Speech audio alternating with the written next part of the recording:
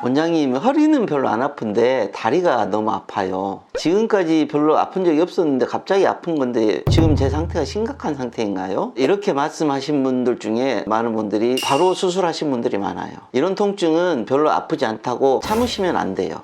안녕하세요. 척 보면 척추를 하는 척척 박사 닥터 해리슨 김현성입니다. 오늘 그럼 허리가 얼마나 아플 때 수술을 해야 돼요? 퇴행성 척추 질환 중에 허리가 아파서 수술하는 경우는 별로 없어요. 예를 들어서 척추관 협착증이면 허리가 아플 것 같죠. 50% 정도는 허리가 아프지 않아요. 다리나 엉치가 더 아프고 디스크도 마찬가지예요. 허리보다는 다리가 아픈 경우가 훨씬 많고 실제 잘 걷지를 못하겠다 아니면 뭘 움직이지를 못하겠다는 거의 대부분 허리보다는 다리가 아파서 그런 경우가 많아요. 허리 아픈 것도 중요하지만 디스크나 협착증에서 나오는 증상들에 따라서 다양한 형태로 나오기 때문에 어느 정도 통증이 심각하느냐 아니면 마비가 왔느냐 그런 것들을 고려를 해보는 게 굉장히 중요합니다. 퇴행성 척추 질환의 수술 결정은 4가지 기준이 있어요. 디스크가 됐건 협착증이 됐건 척추전방전증이든 다 마찬가지예요. 첫 번째로는 신경이 상해가는 과정이 보여질 때 마비가 이제 진행이 되거나, 두 번째로는 마미총 증후 같은 응급 신경 손상의 징후가 있을 때, 마미총 증후는 굉장히 심각한 거거든요. 평생 장애인으로 살아야 되는 그런 거예요. 그리고 세 번째로는 굉장히 극심한 통증으로 뭐 아무것도 하지 못한 상황이 되면 수술해야 되는 거고, 네 번째가 이제 통증이 아주 심하지는 않은데 심한 상태로 아무리 치료를 해도 잘 안 될 때, 예전에는 2달, 3달 막 그렇게 치료를 해라, 지금도 뭐 4주에서 8주 그렇게 치료해서 안 되면 수술을 해야 된다고 그렇게 하는 그 4가지 기준이 있어요. 그래서 그런 조건이 되면 수술을 해야 되는 거고, 그 중에서 특히 중요한 것은 신경 손상에 관한 것들이에요.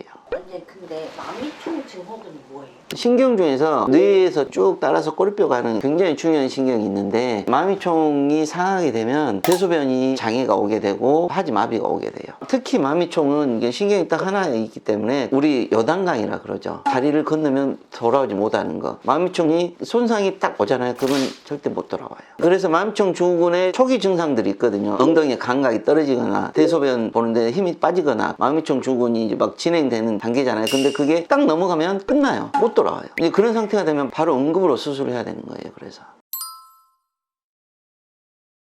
디스크하고 협착증하고 척추전방전이증 그렇게 보이잖아요. 이제 특히 디스크 같은 경우에는 그 하지 방사통이라고 그러죠. 다리 통증이 굉장히 심하거나 엄지발가락에 힘이 빠지거나 발목에 힘이 빠지면 그건 이제 신경이 손상되는 거니까 바로 수술을 해야 되는 거잖아요. 근데 그러지 않고 일반인들이 잘 모르는 것 중에 하나가 허리가 엄청 아팠어요. 그리고 다리가 엄청 아프다가 통증이 갑자기 싹 없어지고, 근데 보니까 다리 힘이 없어졌어요. 본인들은 그게 통증이 없어졌다고 생각하는 건데, 통증이 없어진 게 아니고 다리로 가는 신경이 마비가 돼서 통증이 없는 거예요. 응급마비가 온 거고, 그건 바로 응급으로 수술을 해야 되는 첫 번째 조건이에요. 그게 협착증도 마찬가지죠. 협착증도 신경 손상이 되는, 특히 척추관 협착증이 마미총 증후군이 좀 더 생기는 경우가 많기 때문에, 예를 들어서 엉덩이가 감각이 좀 이상하다거나 대소변에 좀 이상한 느낌이 있으면 그건 반드시 가서 진료를 보시고 협착증의 정도에 대해서 알아봐야 되고, 우리가 일반적으로 알고 있는 척추관 협착증의 수술의 적응증은 신경인성 파행이라고 그러잖아요. 협착증이 신경을 딱 잡고 있기 때문에 가다가 잡아매짐이 심해지면서 다리에 힘이 빠져요. 300m 가다가 쉬고 500m 가다가 쉬는데, 쉬고 나면 다리에 힘이 또 생겨요. 신경이 또 다시 풀리니까. 그걸 반복하는 상황이 되면 척추관 협착증이에요. 초기에는 2km, 3km 가다가도 힘이 생기기 때문에 잘 인지를 못할 때가 있어요. 그때는 정도가 심하지 않은 거니까 수술을 좀 더 이따 해도 되지만, 500m, 300m, 100m까지 짧아지면 그건 심각한 상태가 되는 거잖아요. 그럼 수술을 해야 된다는 이야기고, 이 상태로 놔두게 되면 신경이 마비가 될 수가 있어요. 그 상태에서는 반드시 병원을 가보셔야 되는 거죠. 그리고 이제 마지막에 전방전이증은 2가지 걸 생각을 해야 되는데, 하나는 척추 불안정증이고 하나는 척추관 협착증이에요. 잘 보면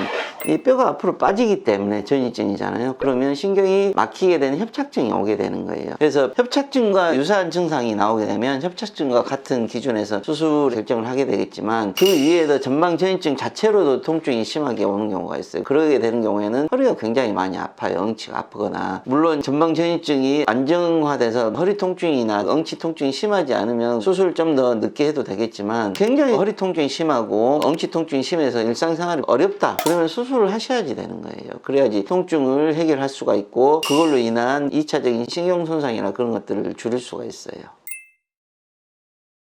오늘은 병원 가기 전에 꼭 확인해야 되는 허리 통증의 원인들에 대해서 알아봤습니다. 오늘 말씀드린 3가지 증상을 겪고 계신다면 지금 바로 병원 가보시는 것을 추천드립니다. 더 많은 정보를 알고 싶으시다면 구독과 좋아요를 추천드립니다. 이상 척 보면 척추를 아는 척척박사 닥터 해리슨 김현성이었습니다.